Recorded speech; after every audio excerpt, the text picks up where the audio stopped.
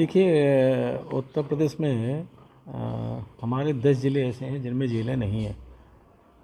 उनमें लगभग हमने सभी ज़िलों में ज़मीन खरीद ली है और इन ज़िलों में नई जेल का निर्माण करने की हमारी योजना है। और जिन ज़िलों में जेलें नहीं हैं वहाँ के पड़ोस की जेल में सभी लोग एडजस्ट होते हैं हमारे कैदी। तो और जहाँ हमारी बैरकें बनाने की क्षमता है वहाँ बैरक बना रहे हैं। जैसे हमने आगरा में बनाई है और इटावा में नई जेल हमारी बन गई है, केवल संचालित होनी है। श्रावस्ती में बन गई है, संचालित होनी है। नैनी में बन गई है, संचालित होनी है। तो ये प्रक्रिया हमारी हम लोगों की चल रही है और उसमें हम आगे बढ़ रहे हैं। रही बात जेलों में कैदियों का आना, और मेरा अपना मानना है कि भीड़ का बैरक बनाना, जेल बनाना समाधान नहीं है। व्यवहारिक रूप से हो सकता है, लेकिन हमें इसके पीछे अगर हम चिंतन करें, देखें, मनन करें तो संख्या बढ़ क्यों रही है। बाहर कहीं न कहीं गलतियां हो रही हैं, चाहे वो नौजवान हो, चाहे और कोई भी हो, जिसके कारण वो गलती के कारण जेल में जा रहे हैं। अगर तह में जाएं तो हमें विचार करना होगा कि जेलों में जाने के बाद समझ में आया कि 40 साल से नीचे की युवाओं की संख्या 80% है लगभग। तो क्यों है, इसके पीछे हमें थोड़ा जाना होगा। और जान के ये सब हमने जब जाना और देखा, समझा, तो कैदियों के साथ हमने संवाद शुरू कर दिया। और संवाद में जब उनको परिवार से कनेक्ट करते हैं, कुछ धार्मिक भावना से उनको कनेक्ट करते हैं, तो कैदियों को पश्चाताप होता है और वो रोते भी हैं। कई हमारे पास ऐसे वीडियो हमारे पास हैं जो कैदी रोए हैं और पश्चाताप किया है और संकल्प भी करते हैं कि आगे हम कभी कोई अपराध नहीं करेंगे। लेकिन मेरा आपके माध्यम से बाहर में समाज के सभी बंधुओं से मेरा आग्रह है कि अगर सभी कैदी पेशेवर नहीं हैं, अनायास घटित घटना में भी कैदी बन जाते हैं। और अनायास घटित घटना में जो लोग कैदी बनते हैं, न्यायपालिका के माध्यम से जब वो बाहर आते हैं तो समाज उनको एक्सेप्ट करे। तो ये हम सब लोगों को करना भी होगा। जेलों में अगर बात करें सुरक्षा व्यवस्था को लेकर, बंदी रक्षक और जो और होते, उनकी तादाद बहुत कम है। जितनी ज़रूरत है उससे कई गुना कम है। उसको लेकर सरकार क्या कर रही है? भर्तियां हो नहीं रही हैं जेलों में सुरक्षा व्यवस्था को लेकर? नहीं, ऐसा नहीं है। अभी हमारे तमाम नौजवान लड़के ट्रेनिंग कर रहे हैं हमारे मुख्यालय में। और अभी हमने कई हमारे डिप्टी जेलर हमने दिए हैं और ट्रेनिंग चल रही है बच्चों की, नौजवानों की। हम लगातार उसको प्रयास कर रहे हैं और बढ़ा रहे हैं संख्या को। नहीं, जो बंदी रक्षक हैं या जो और हैं, हाँ, उनकी उन्हीं की जितनी बात कर उनकी रहे हैं हम। उनकी संख्या जितनी होनी चाहिए उतनी प्रॉपर है क्या उन्हीं की उत्तर बात प्रदेश? कर रहे हैं हम बढ़ा रहे हैं धीरे धीरे। अभी हमारे 100 से ज़्यादा लड़के हमारी ट्रेनिंग कर रहे हैं मुख्यालय पे। तो ऐसे ही आएंगे निकल करके। आपने अभी कहा कि जेलों में जिस तरह से अपराधियों की संख्या बढ़ रही है, कहीं ना कहीं समाज में जो आपराधिक प्रवृत्ति को मान रहे हैं कि आप बढ़ रही है, या जो क्राइम है वो बढ़ रहा है? नहीं, क्राइम की बात नहीं कर रहे हम। तमाम छोटी छोटी घटनाएं होती हैं, सभी क्राइम करने वाले नहीं हैं। तमाम छोटी छोटी बातें होती हैं, वाद विवाद हो जाता है, एफआईआर हो जाती है, जेल में चले जाते हैं। तो हमें थोड़ा ये भी देखना होगा कि छोटी छोटी बातों पे जो वाद विवाद होता है उसमें हमें एफआईआर न करके और कोशिश करनी चाहिए कि आपस में वहीं समझौता हो। और ये प्रयास हम सबको करना चाहिए। सभी मैं फिर बता रहा हूँ कि सभी जेल में जाने वाले कैदी अपराधी नहीं हैं। अनायास घटित घटना में भी कैदी बनते हैं। तो छोटी छोटी बातों में लेकर के अगर हम बात करें तो देखिए, छोटी छोटी बातों की अगर मैं बात करें तो हमने 5000 कैदियों को लगभग छोड़ा है। तो ऐसी छोटी बातों को समाज में भी हम थोड़ा आपस में गंभीरता से विचार करें कि छोटी छोटी बातों में एफआईआर ना करें।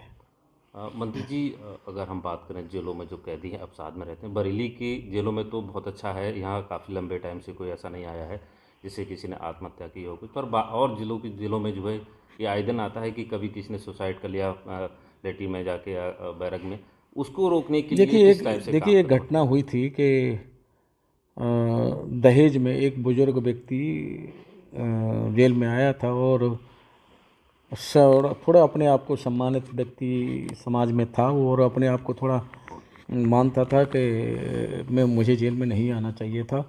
जैसे ही फ़ोन पे घर वालों से बात हुई, उसने पहले प्रयास किया था, कहा था कि भाई समझौता करो, मुझे बाहर निकालो, घुटन महसूस होती है मुझे जेल में आने के बाद। जैसे ही परिवार वालों ने बताया कि समझौते की संभावना नहीं है, तो उस व्यक्ति ने बस मुझे उसे लगा कि मैं बाहर नहीं जा सकता, तो उसने आत्महत्या कर ली। ऐसी भावनाओं को समझते हुए हमने स्वयं कैदियों के साथ संवाद करना शुरू कर दिया है।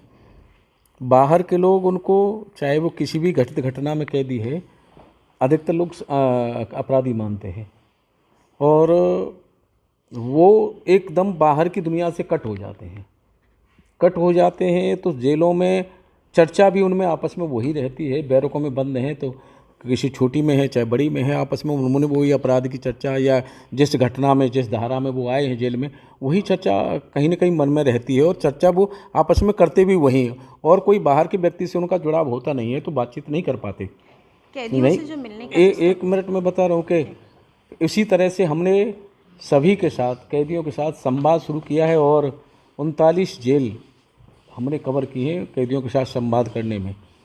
आप कभी अवसर मिलेगा तो यहाँ, मेरा अभी बरेली में संवाद नहीं हुआ है, बरेली में जब संवाद करेंगे थोड़ा आप लोग देखेंगे और समझेंगे भी कैदियों की परिस्थितियों को। संवाद में समझ में आता है कि क्या स्थिति है। परिवार से मिलने के लिए कैदियों के लिए जो सिस्टम है उसको कैसे अपडेट करेंगे, कैसे बेहतर और सुगम बनाएंगे ताकि परिवारजन जो हैं वो आराम से कैदियों के साथ मिल सकें? अभी देखिए, जो कोरोना में मिलाई बंद हो गई थी वो हमने सारी मिलाई शुरू कर दी है और व्यवस्था हमने सभी अपने जेल अधीक्षकों से कहा था कि बाहर जो परिवारजन मिलने आते हैं उनको बैठने की व्यवस्था हो, गर्मी हो तो पानी की व्यवस्था हो, और ये सब सारी व्यवस्थाएं उनका भी ध्यान में रखा जाए। हम लोग उसमें प्रयास कर रहे हैं। और एक जानकारी मैं आपके माध्यम से देना चाहूँगा कि जो महिलाएं हमारी जेलों में हैं उनके साथ जो बच्चे हैं उनकी हम पढ़ाई लिखाई की विशेष ध्यान में रख रहे हैं और 42 जेलों में टीचर नियुक्त हैं और जहाँ टीचर नहीं है वहाँ हमारी जो बंदी रक्षक महिलाएं हैं उन बच्चों को पढ़ाती हैं और उन बच्चों के खेलने कूदने की चिल्ड्रन पार्क हम जेलों में बनवा रहे हैं। ये भी हमारा प्रयास चल रहा है। साथ साथ सारी चीज़ें डिजिटल हो रही हैं, तो क्या मिलाई सिस्टम को भी डिजिटल नहीं किया जा सकता? ये इस पर हम लोग विचार कर रहे हैं, मंथन कर रहे हैं और कैसे क्या हो सकता है, इस पर हम कदम आगे बढ़ाने का प्रयास हम कर रहे हैं। जेल पे जो उनको बजट इशू किया जाता है बंदियों के खाने के लेकर और खर्चा, उसको लेके काफ़ी प्रॉब्लम रहती है, लंबे लंबे समय बाद भुगतान होता है, उसके लिए क्या किया जा रहा है जिससे वो भुगतान प्रॉपर हो सके और जेल प्रशासन को जो वहाँ के अधिकारी उनको दिक्कत ना हो? ऐसी हमारे सामने कोई दिक्कत नहीं आई। अगर कोई अधीक्षक हमें बताएगा तो हमारी आए दिन अधीक्षकों से बात होती रहती है। किसी ने बताया नहीं हमें कि ये समस्या है, अगर बताएगा तो कोई जो समस्या होगी वो दूर की जाएगी। प्रदेश की बहुत सारी जिले हैं जहाँ बजट टाइम पे नहीं आता है, जो ठेकेदार या जो टेंडर है जिनका है वो फिर आनाकानी करते हैं। हम बता रहे हैं ना कि हमारी अभी किसी भी जेल अधीक्षक से ऐसी बात हमारी कोई नहीं हो, हमारे संज्ञान में नहीं आई। अगर संज्ञान में आएगा तो उस पर हम विचार करेंगे और आगे भी बढ़ेंगे। इस 26 जनवरी को कितने कैदियों को छोड़ने का प्लान है आपका? देखिए, 26 जनवरी ही विशेष नहीं है हमारी, अब हमने 10 दिन कर दिए हैं। और आपके माध्यम से मैं जानकारी देना चाहूँगा, मंत्री बनने के बाद पदभार हमने नहीं लिया था। हम सोच रहे थे कि कोई नवरात्र आने वाले थे, नवरात्रों में पदभार लेंगे तो शुभ काम उससे पहले कोई हो जाए। तो सबसे पहले हमने गायत्री मंत्र, महामृत्युंजय मंत्र का निर्देश दिया कि सभी जेलों में बजे। उसके बाद हमने दूसरा काम किया, तो एक सूची मांगी हमने कि कितने लोग ऐसे हैं जो अर्थदंड में बंद हैं। तो 136 लोग मिले, जिसमें 9 लाख रुपए से ज़्यादा का पैसा जुर्माना था। एक समाज सेवी स्वयं छत्तीसगढ़ के एक ही व्यक्ति ने कहा कि मैं जमा करूंगा और वो उन्होंने जमा किए। और 6 अप्रैल में भाजपा के स्थापना दिवस पे एक ही दिन में, एक ही समय में 136 कैदी हमने छोड़े। और आपकी माध्यम से जानकारी देना चाहूँगा कि अर्थदंड वाले 400 कैदी हम छोड़ चुके हैं।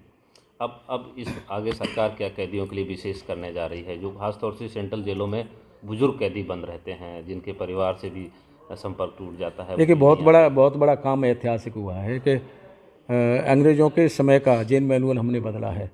ऐतिहासिक काम हुआ है कि 60 साल की जो उम्र की आजीवन कारावास में 16 साल 20 साल की सज़ा है और उसमें 60 साल की बंदिश थी पहले, और 60 साल की हमने बंदिश ख़त्म की है। तो उसके बाद में आगरा की सेंट्रल जेल से हम बात करें तो 900 कैदी छूटे हैं, नैनी की केंद्रीय कारागार से 800 कैदी छूटे हैं।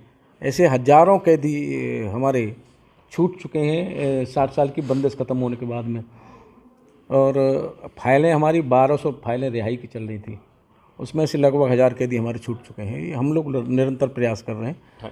ठंड का मौसम चल रहा है इस टाइम, कड़ाके की ठंड पड़ रही है और जेल की बैरक जो होती है खुली होती हैं, बुजुर्ग भी होते हैं, उनको ठंड से बचाने के लिए क्या जेल प्रशासन की देखिए, तरफ उनके नियम के अनुसार जो व्यवस्था है वो सब हम करने जा रहे हैं, और बाहर के समाज सेवी के लोग भी उनकी मदद करते हैं। अभी कल आगरा में हमारे घर पे एक सज्जन कंबल लेकर के आए थे, और उन्होंने कहा था हम क्या करें, हमने कहा कंबल दे दो कैदी हैं के लिए। समाज सेवी अपनी व्यवस्था कर रहे हैं, और नियम के अनुसार जो हमारी व्यवस्था है वो हम सब लोग प्रयास कर रहे हैं उनके लिए। समाज सेवी तो कर रहे हैं, पर आपकी तरफ से क्या किया हमारी तरफ से नियम में जो व्यवस्था है वो सब हम कर रहे हैं।